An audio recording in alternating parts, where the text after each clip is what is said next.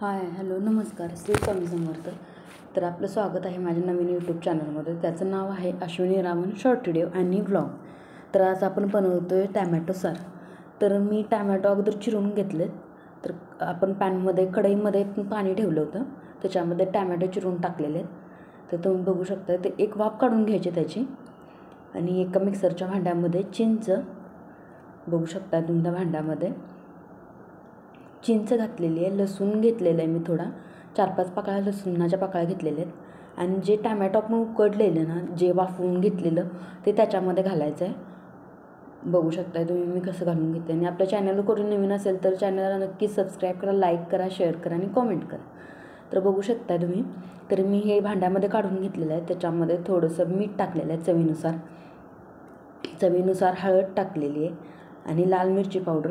जेवढं आपल्याला तिखट हवं आहे तेवढं आपण टाकायचं आहे.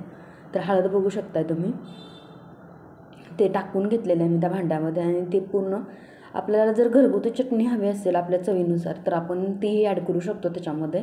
लसूण, चिंच, टॅमॅटो वाफवून घेतलेले, हळद आणि लाल तिखट आणि आपली घरगुती चटणी टाकलेली आहे त्याच्यामध्ये. आणि मिक्सरच्या भांड्यामध्ये ते मी मिक्सरला ग्राइंड करून घेतलेलं आहे. आता एका कढईमध्ये आपण तेल जरासं जास्तीचं लागतं याला, कारण आपण टॅमॅटोचं सार करणार आहे. तर कढईमध्ये तेल तापत ठेवलेलं आहे आणि त्याच्यामध्ये टाकलेलं आहे आपण मोहरी. याला जास्त काही लागत नाही, आपल्याला घरच्या घरी होऊन जातं ते. आणि टेस्टी खूप लागतं, खूप छान लागतं. आणि त्याच्यामध्ये कढीपत्ता टाकलेला आहे मी तेलामध्ये, मोहरी, कढीपत्ता. आणि जी आपण पेस्ट करून घेतलेली तीसुद्धा त्याच्यामध्ये ॲड केलेली आहे. आणि ते आपण पूर्ण असं तेल सुटेपर्यंत परतून घ्यायचं आहे. बघू शकता तुम्ही मी कसं परतते, तसं परतून घ्या. एकदा नक्की ट्राय करून बघा, खूप छान लागते चवीला.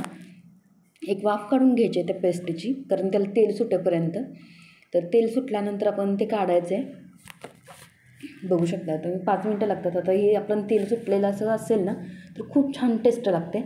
तर आपण त्याच्यामध्ये तेच पाणी आहे ना, मिक्सरला आपण पूर्ण जे पेस्ट टाकलेलं आहे तेच पाणी टाकायचं, एक्स्ट्राचं पाणी नाही टाकायचं. टॅमॅटो आपण वाफवून घेतलेलं तेच पाणी त्याच्यामध्ये ॲड करायचं आहे. दुसरं अदर पाणी नाही टाकायचं त्याच्यामध्ये, कारण चव जरासं बिघडते. तर मला वाटत होतं मीठ थोडं कमी पडतं, म्हणून मी मीठ टाकलेलं आहे त्याच्यामध्ये थोडं चवीनुसार. आणि दोन एक उकळी काढायची आहे त्याची. चवीला एकदम अप्रतिम लागतं. माझ्या मिस्टरांना अजिबात टॅमॅटोचं काही आवडत नाही भाजी वगैरे. तर तुम्ही बघू शकता हे टॅमॅटोचं सार. आणि खूप चवीनं खातात, खूप टेस्टी लागतं. एकदा नक्की करून बघा. आपल्याकडे भाजीला वगैरे काही नसेल तर तुम्ही करू शकता, हे एकदा नक्की करून बघा.